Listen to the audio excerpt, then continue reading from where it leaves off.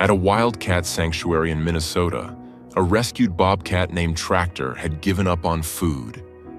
He stopped eating, stopped playing, and curled into the back of his enclosure as if he'd quietly decided he was done with this world, leaving his caretakers feeling helpless. The once fierce bobcat now lay motionless, refusing food, his spirit seemingly extinguished. As caretakers debated invasive interventions, hope dwindled with each untouched meal. Then, in despair, Elias tried one last unconventional trick: a cucumber. He didn't expect a miracle. But for the first time in days, the bobcat stood, his eyes practically sparkling like a kid in a candy store. He devoured the cucumbers with such enthusiasm that it became obvious he preferred them over chicken. Stick around to see how a grocery store leftover saved a predator's life. Before we start, hit the like button and make sure to subscribe if you haven't, and hit that notification bell so that you won't miss any new stories. The morning air in Sandstone, Minnesota, possessed that particular biting quality found only in the nebulous weeks between a harsh winter and a reluctant spring. It was a crisp, lung-freezing chill that smelled of pine needles, thawing mud, and the faint metallic tang of the chain-link fences that crisscrossed the sprawling acreage of the wildcat sanctuary. For Elias Thorne, the sanctuary's most senior caretaker, the cold was just another part of the uniform, layered right over his thermal undershirt and under his heavy canvas jacket. At 72, Elias moved with the measured, deliberate pace of a man who respected his joints but refused to be ruled by them. He pushed a heavy cart laden with stainless steel trays, the wheels crunching rhythmically over the gravel path. The cart smelled of raw chicken. To the average person, it might have been nauseating at 6 a.m., but to Elias, it smelled like duty. It smelled like survival. However, today, the heavy feeling in Elias's chest had nothing to do with the temperature or the labor. It was about Tractor. Tractor was a bobcat of significant size and even more significant attitude. He was a rescue, like all of them here, saved from the exotic pet trade, or a roadside zoo, or a well-meaning but misguided private owner who thought a 25-pound wildcat was basically a golden retriever with tufted ears. Tractor had arrived at the sanctuary 3 weeks ago with a reputation for being a handful. But recently, he had become something far more worrying: a ghost. He wasn't eating. "Come on, old man," Elias muttered to himself, his breath pluming in white clouds. "Don't let him break your streak." Elias had a reputation too. He was the cat whisperer of the North Woods. He could get a nervous cougar to take meds in a meatball and a grumpy tiger to shift enclosures with a simple hand signal. But Tractor was proving to be an enigma wrapped in tawny fur. The bobcat had been retreating further into the back of his enclosure, his golden eyes dull, his ribs beginning to show through his coat. In the world of wildlife rehabilitation, failure to thrive was a terrifying phrase. It was a silent slide toward the end. Elias reached Tractor's enclosure, a spacious habitat filled with climbing platforms, heated rocky dens, and tall, swaying grasses. He unlocked the safety vestibule, stepped in, and peered through the secondary mesh. "Morning, T-Bone," Elias called out softly. His voice was gravelly, warm, and low, a non-threatening rumble. "I got the good stuff today. Thigh meat bone in. You like the crunch, right?" Nothing. Just the rustle of dry oak leaves in the wind. Elias squinted. Deep in the shadow of a hollowed-out log, he saw the silhouette. Tractor was flattened against the wood, chin on his paws, staring at nothing. The posture was all wrong. A healthy bobcat is a coil of potential energy, ready to spring. Tractor looked like a deflated balloon. Elias slid the food tray through the feeding chute. The raw chicken glistened, appetizingly red and fresh. "Eat," Elias whispered, a desperate prayer disguised as a command. "Just a bite." Tractor didn't move. He didn't even twitch an ear. The rejection stung Elias more than he cared to admit. He finished his rounds in a fog, feeding the other residents, the boisterous tigers, the chuffing cougars. But his mind stayed back at that hollow log. By the time he returned to the keeper's kitchen, the atmosphere among the staff was somber. "Still nothing?" asked Sarah, the sanctuary's lead veterinarian, looking up from a clipboard. She looked tired. Elias shook his head, pouring himself a cup of coffee that was more sludge than liquid. "Looked right through me. It's like he's decided he's done, Sarah. I've seen it before. They just check out." The break room fell silent. The team knew the stakes. If Tractor didn't eat soon, they'd have to tranquilize him for a feeding tube, and the stress of that could finish him off. It was a heart-wrenching catch-22. Here was a creature built for survival, an apex predator designed by millions of years of evolution to hunt and thrive, withering away because his spirit was broken. "I brought in a salad for lunch," Sarah said, trying to break the tension. She pushed a plastic container across the table. "I grew way too many cucumbers in the greenhouse. Anyone want one? They're crisp." Elias stared at the green vegetable. He wasn't hungry, but he nodded. "I'll take one. Maybe the crunch will keep me awake." He grabbed a whole cucumber, wrapped it in a napkin, and headed back out. He told himself he was going to check the perimeter fence, but his boots, possessing a mind of their own, walked him back to Tractor. The sun was higher now, casting dappled light through the trees. The chicken on Tractor's tray remained untouched, flies beginning to take an interest Tractor had moved, but only slightly. He was now lying in a patch of sunlight, but his eyes were closed. Elias leaned against the mesh, peeling the napkin off his cucumber. He took a bite. Crunch. The sound was loud in the quiet woods. Suddenly, inside the enclosure, an ear swiveled. Elias stopped chewing. He watched. Tractor's left ear had rotated 180 degrees, radar locking onto the sound. Elias took another bite. Crunch. Tractor's eyes snapped open. The golden irises, previously dull and glazed, constricted in the bright light. The bobcat lifted his head. He wasn't looking at the chicken. He was looking at Elias. Specifically, at Elias's hand. "What?" Elias whispered.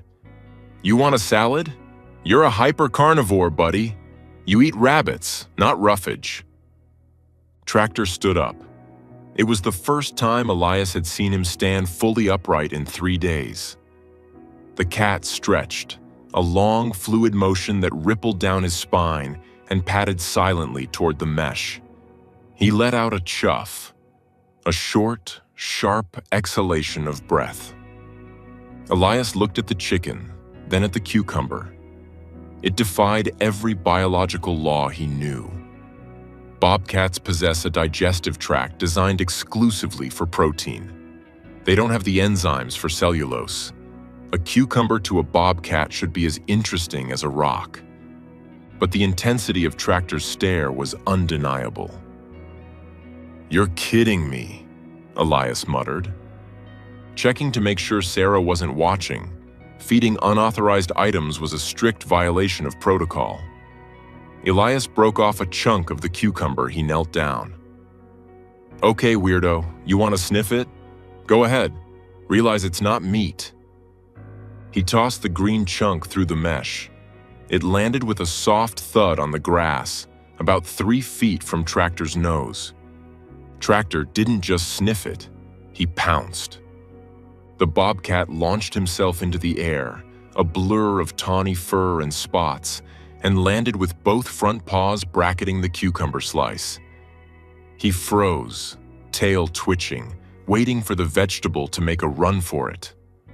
When the cucumber failed to flee, Tractor leaned in.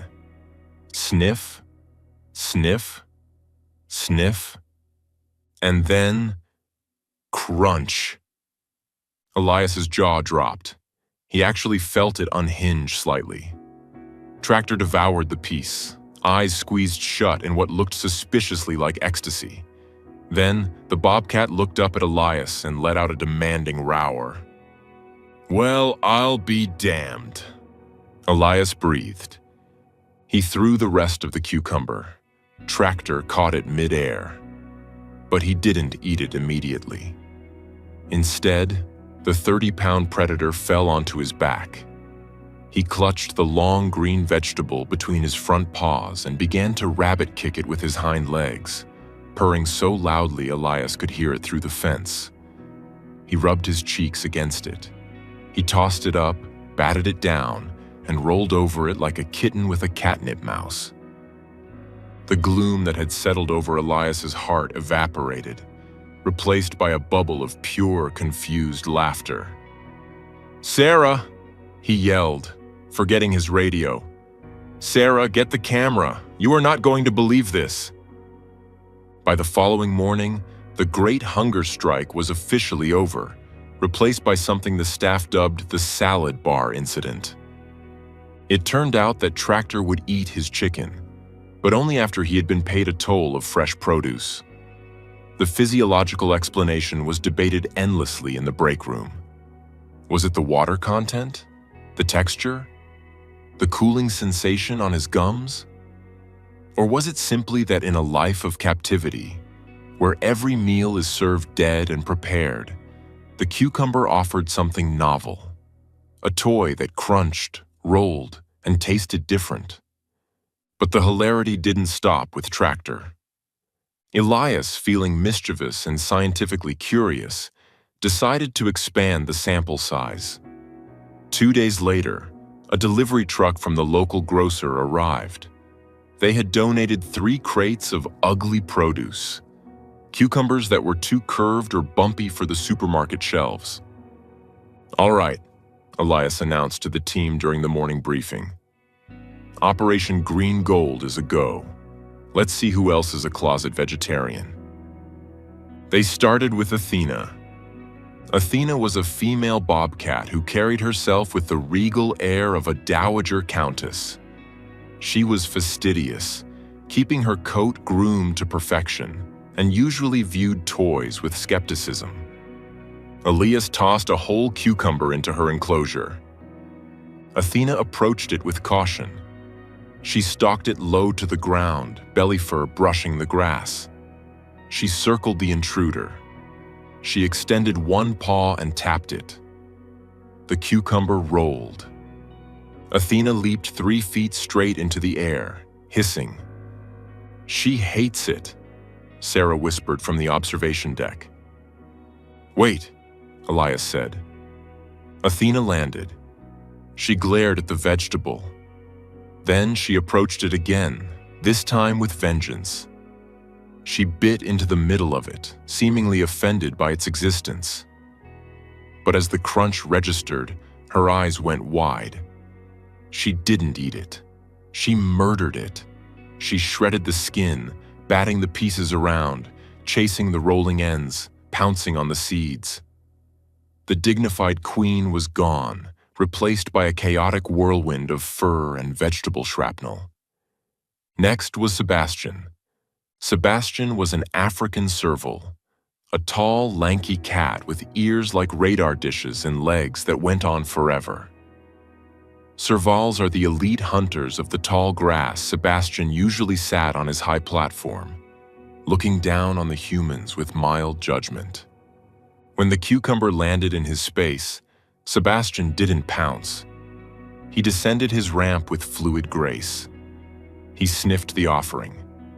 He looked at Elias, then back at the cucumber. Delicately, Sebastian picked up the cucumber by one end in his mouth, like a cigar, He carried it up to his highest platform, dropped it, and watched it fall.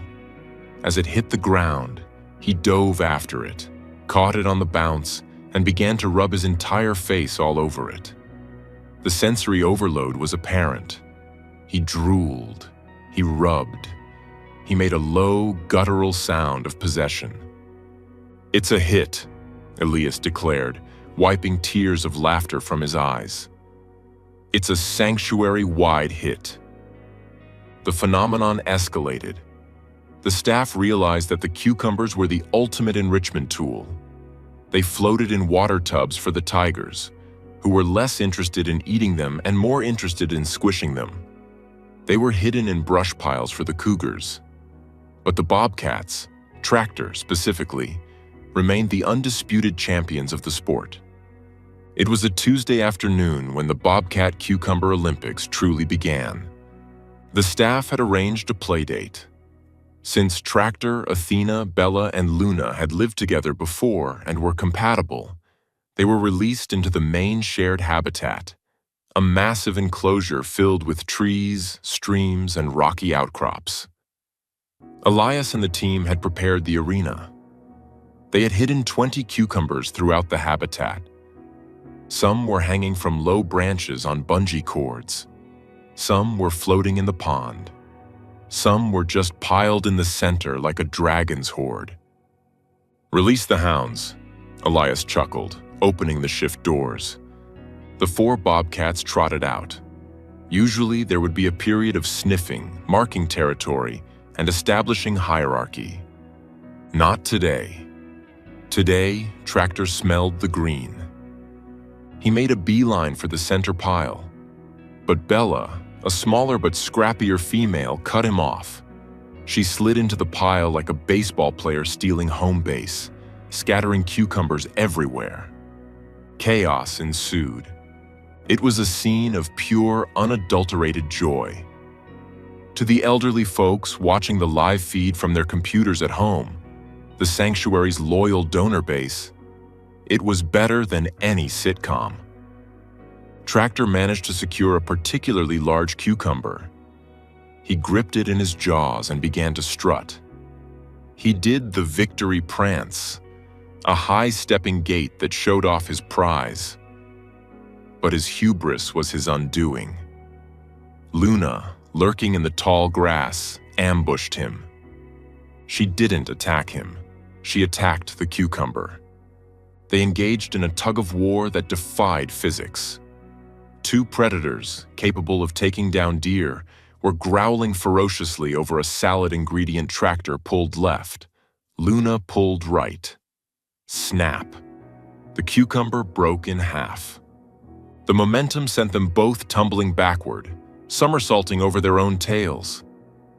They sat up, looked at their respective halves, and seemingly shrugged fair enough. They sat 5 feet apart, crunching in unison. Meanwhile, in the pond, Athena was battling a floating cucumber. Every time she pawed at it, it bobbed away. She was getting increasingly frustrated, splashing water everywhere, her dignity thoroughly compromised. Finally, she abandoned grace, jumped into the shallow end with a giant splash, and pinned the vegetable against the mud. She emerged dripping wet, triumphant, the green trophy clamped in her jaws. Elias stood by the fence, his fingers hooked through the wire, watching. He hadn't felt this light in years. The heavy cloak of responsibility, the constant worry about funding, the grief of losing animals to old age. It all lifted in the face of this absurdity. He watched Tractor, the cat who had been ready to give up on life just weeks ago. Tractor was currently on his back, juggling a cucumber end with his hind feet, eyes bright, belly exposed, completely vulnerable and completely happy.